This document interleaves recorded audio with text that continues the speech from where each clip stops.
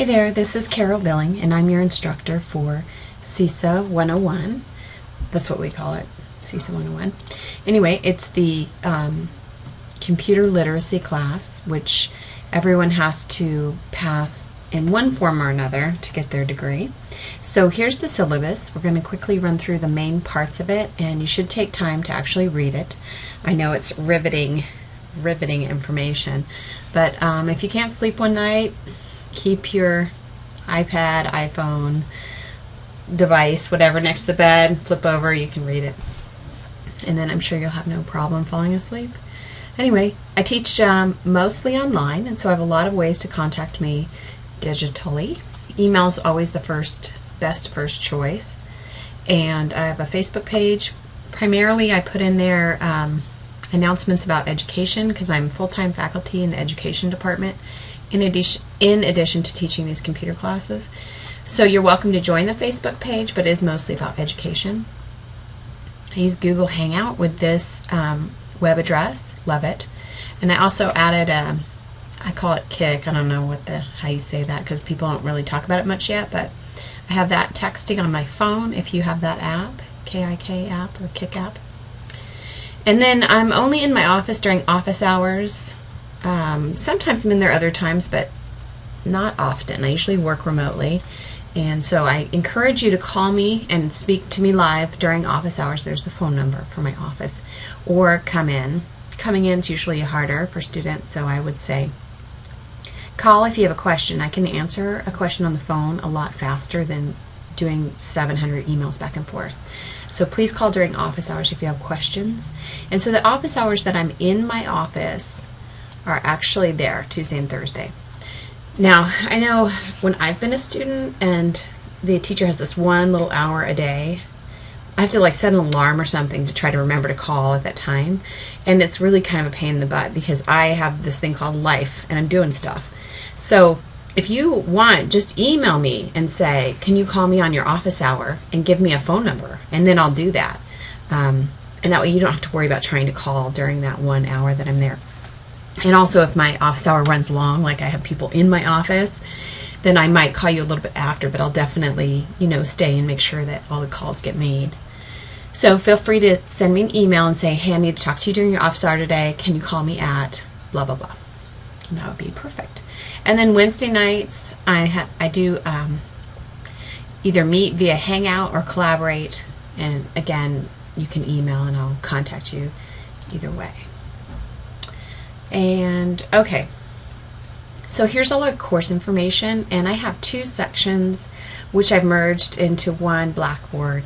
So you'll see there's a lot of folks in one Blackboard, but you don't interact with each other. So for me it's just simpler because I can give you all the same information at one time. And both sections are online. It's section 17 and 19, I believe.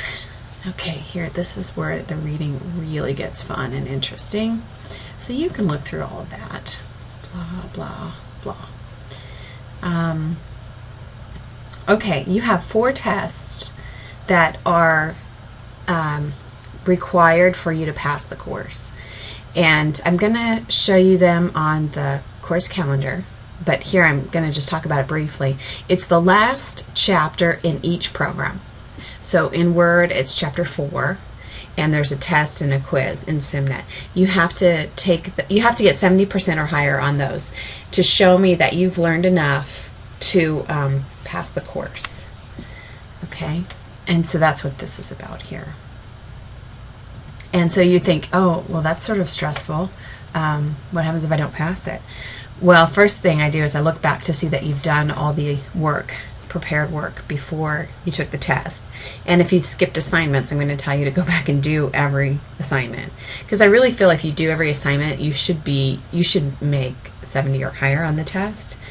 But if you've done every assignment and you did not score 70 or higher, I'm going to look at your test and figure out where the deficits in your learning are, what you didn't learn. We're going to either meet together online or in person and review it, so sort of prep you, and then you're going to go take it again. And we're going to go with that. We're going to try that first and see how that goes. Okay. And so this is what I was talking about. The last chapter of each program you'll take at the CWI Testing Center, and I will give you more information on that during weeks 1 and 2 of the semester. It's not terribly difficult, but let's talk about that more in the course calendar, where you actually have the tests in front of you rather than all these words. Okay, so here I am again emphasizing 70% or higher on those exams you take in the testing center. Okay, so this is a rule I have that you may not have in other classes. And basically it says if something's been done, a grade has been entered, you have 2 weeks to tell me that I've messed it up. And that's entirely possible because I switch numbers and letters you should assume every instructor does that, because we are in the grade book so much and doing so many different numbers. You have to always be watching your instructors about numbers, that they're not switching numbers. So you have 2 weeks. Basically what that means is every week you should look at your grade book and make sure nothing looks crazy. And so the grade book I'm going to be looking at is actually in SimNet rather than in Blackboard. And so this is the first semester we've used SimNet. And it's spelled S-I-M and then capital N-E-T, SimNet. And it's a third-party, kind of like my math lab or my biology lab or whatever. It's one of those kinds of things. And I think it's really good. I think you're going to learn a lot more than the way we've taught the CISA class in the past. The caveat in that is that you're still the first class to go through it. So the bad thing about that is there's probably going to be a glitch or a problem, at least a few. The good thing about that is I allow a little bit more flexibility. So it's going to be an interesting semester. I've certainly done tons of prep.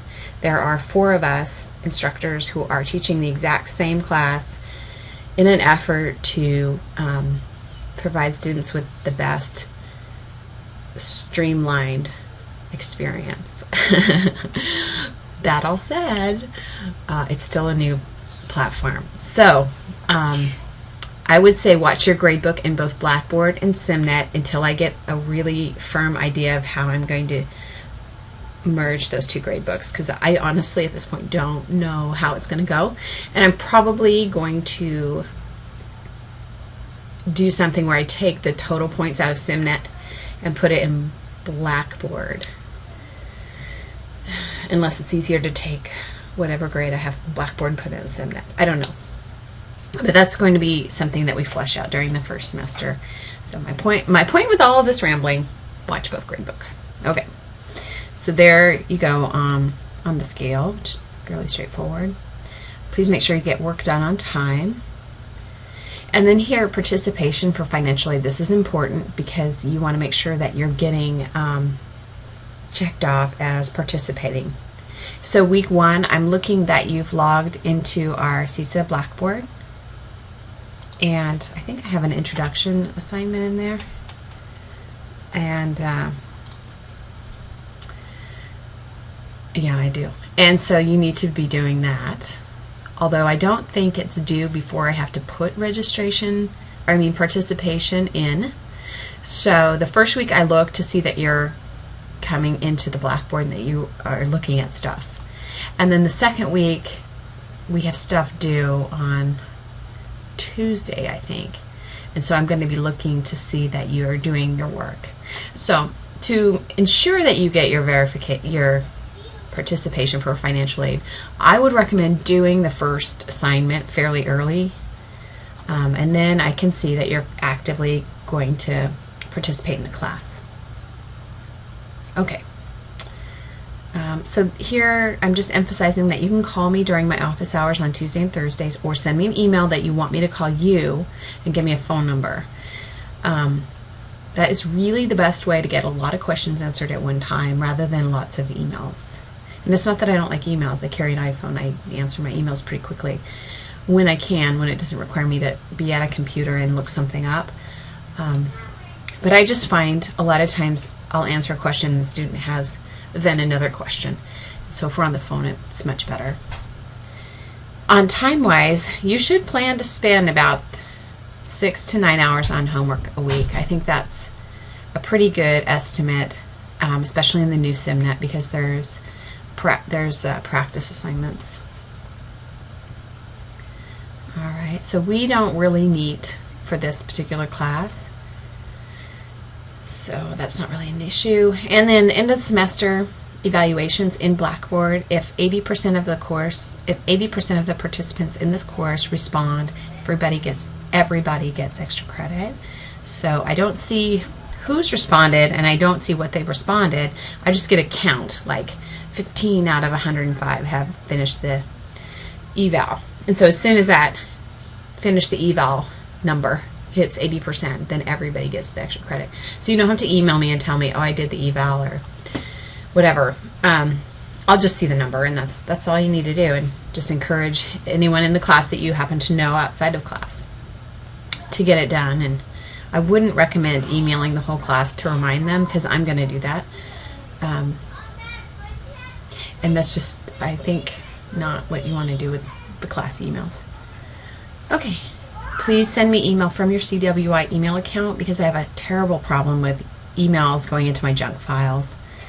Even CWI emails sometimes go in my junk files, which I do not understand, because last time I checked I had a CWI laptop, which should be all like set up for answering student email. So if you email me and you don't get a response, send a second email. Sometimes the second one goes into my inbox, even if the first one doesn't.